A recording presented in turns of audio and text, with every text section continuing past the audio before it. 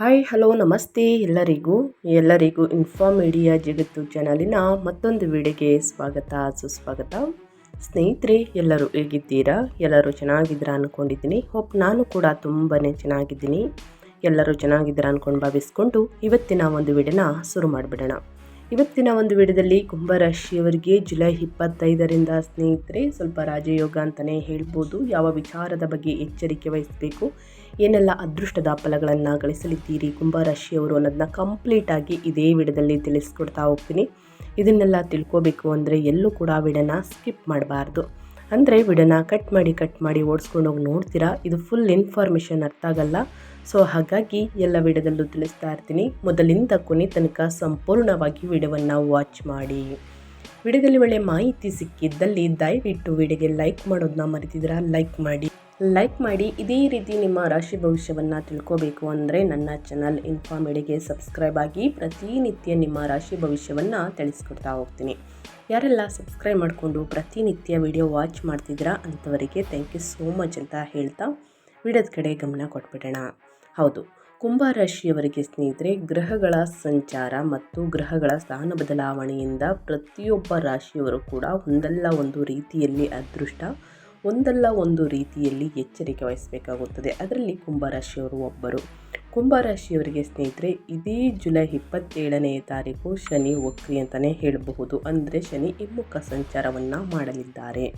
ಅದರ ಮುಂಚೆ ಜುಲೈ 25ರಿಂದನೇ ಸಾಕಷ್ಟು ಬದಲಾವಣೆಯನ್ನು ನೋಡಲಿದ್ದೀರಿ. ಅದರಲ್ಲಿ ಯಾವುದರಲ್ಲಿ ಅನ್ನೋದನ್ನ ನೋಡ್ತಾ ಹೋಗೋಣ.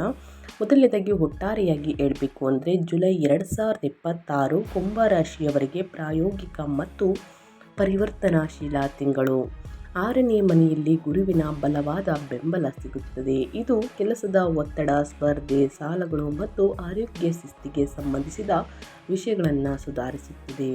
ಅದೇ ಸಮಯದಲ್ಲಿ 4ನೇ ಮನೆಯಲ್ಲಿ ಸ್ನೇಹಿತರೆ ಮಂಗಳವು ನಿಮಗೆ ಸಕ್ರಿಯ ಅಂತಲೇ ಹೇಳಬಹುದು. ರಾಜಯೋಗವನ್ನು ಸೃಷ್ಟಿಸಲಿದೆ. ಕೇಸರಿ ರಾಜಯೋಗ ರೂಪುಗೊಳ್ಳಲಿದೆ ಸ್ನೇಹಿತರೆ. ಇದೇ ತಿಂಗಳು ನೇರ ಮತ್ತು ಕೆಲವೊಮ್ಮೆ ತಾಳ್ಮೆ ಇಲ್ಲದವರನ್ನಾಗಿ ಕೂಡ ಮಾಡಬಹುದು. 2ನೇ ಮನೆಯಲ್ಲಿ ಶನಿಯು ಆತುರದ ನಿರ್ಧಾರಗಳಿಗಿಂತ ನಿಧಾನ ಮತ್ತು ಸ್ಥಿರವಾದ ಕೆಲಸ ಉತ್ತಮ ಎಂದು ನಿಮಗೆ ನೆನಪಿಸುತ್ತದೆ.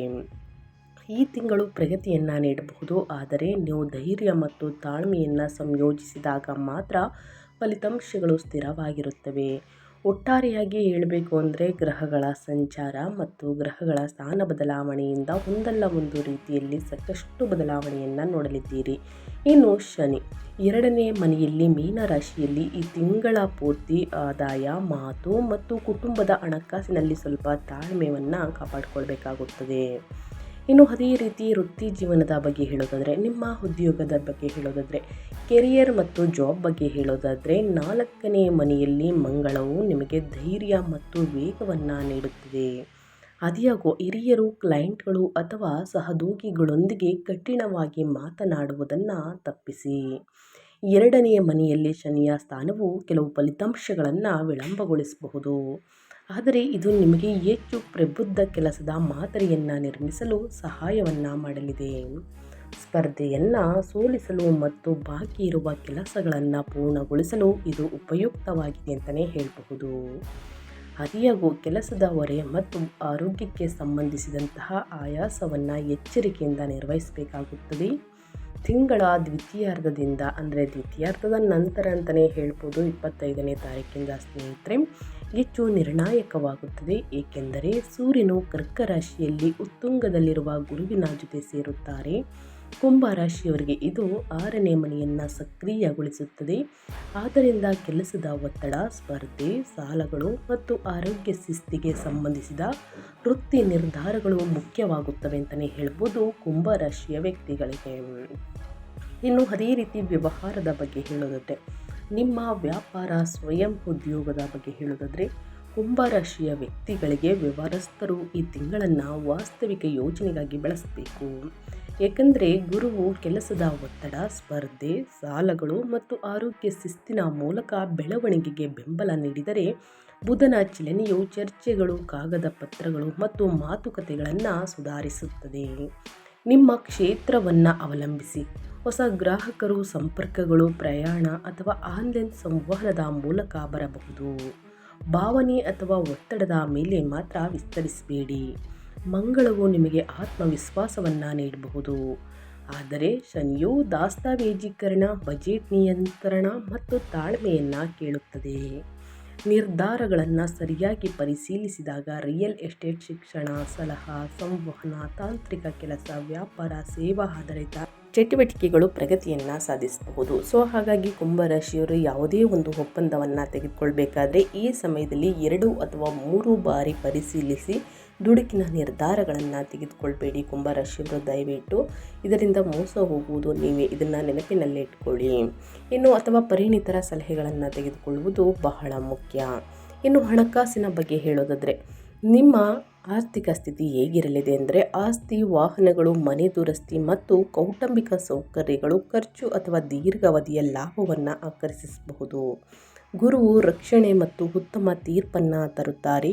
ವಿಶೇಷವಾಗಿ 6ನೇ ಮನೆಗೆ ಸಂಬಂಧಿಸಿದ ವಿಷಯಗಳಲ್ಲಿ ಸ್ಥಿರವಾದ ಕೆಲಸದ ಮೂಲಕ ಆದಾಯವು ಸುಧಾರಿಸಬಹುದು.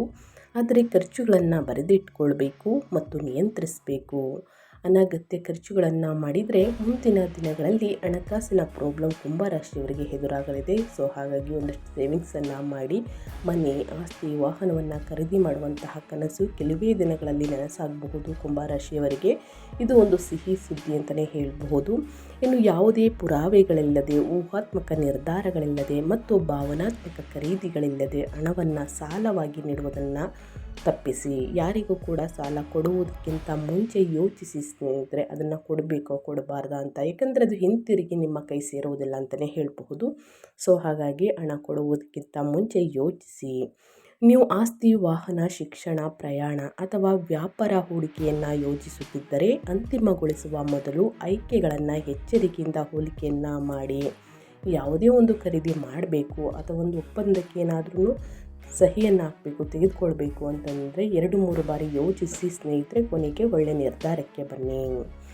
ನಿಮ್ಮ ಹೆಲ್ತ್ ಬಗ್ಗೆ ಹೇಳೋದಾದರೆ ನಿಮ್ಮ ಆರೋಗ್ಯದಲ್ಲಿ ಏನೆಲ್ಲ ಬದಲಾವಣೆಯನ್ನು ನೋಡಲಿದ್ದೀರಿ, ಯಾವುದರ ಬಗ್ಗೆ ಎಚ್ಚರಿಕೆ ವಹಿಸಬೇಕು ಅಂದರೆ ಹೊಟ್ಟೆ ನೋವು ಮತ್ತು ಬಾಯಿ ಹುಣ್ಣು, ದಂತ ಸಮಸ್ಯೆ, ಅಲ್ಲಿನ ಸಮಸ್ಯೆ ನಿಮ್ಮನ್ನು ಕಾಡಬಹುದು.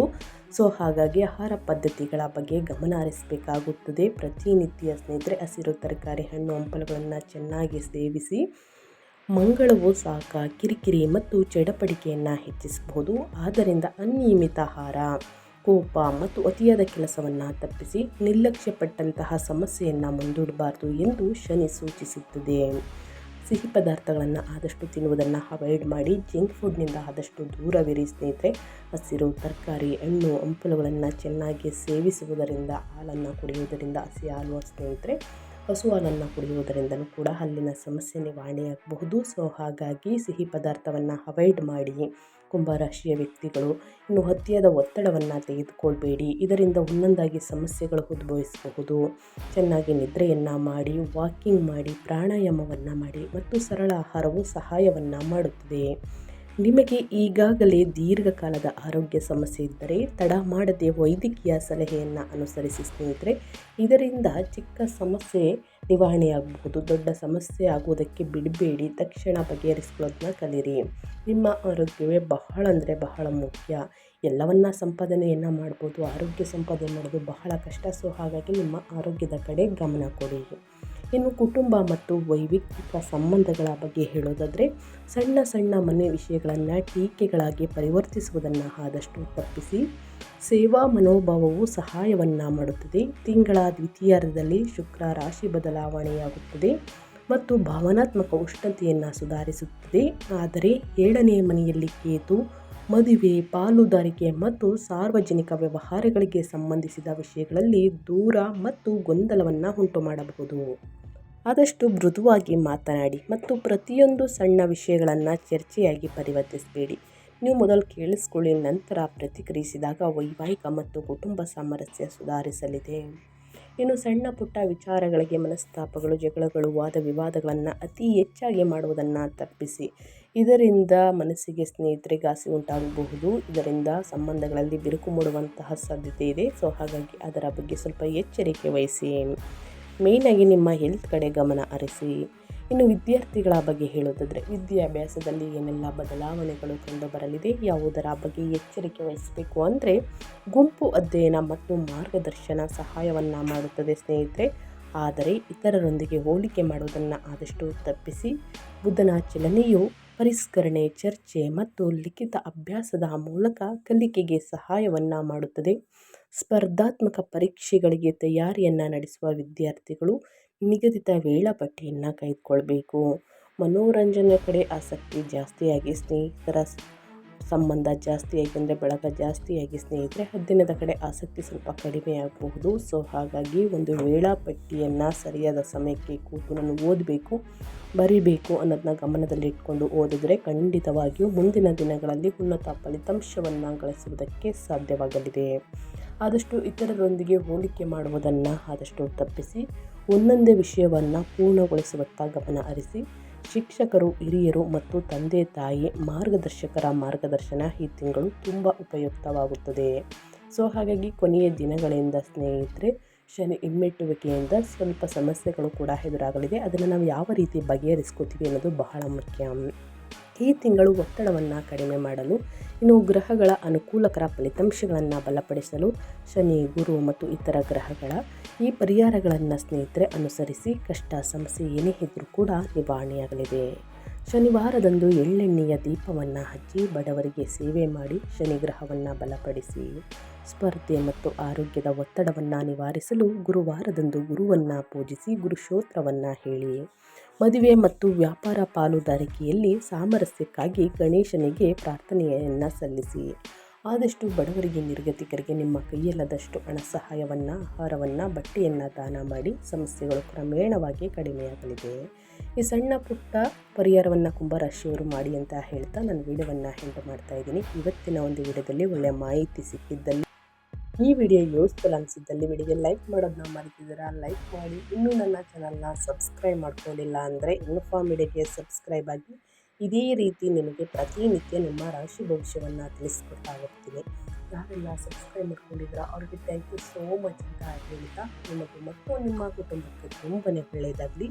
ಶನಿದೇವರ ಆಶೀರ್ವಾದ ನಿಮ್ಮ ಮೇಲಿರಲಿ. ಮತ್ತೊಂದು ವಿಡಿಯೋ ಜೊತೆ ಮತ್ತೊಂದು ಹೊಸ ಭವಿಷ್ಯದಲ್ಲಿ ಸಿಗ್ತೀನಿ. Thank you for watching.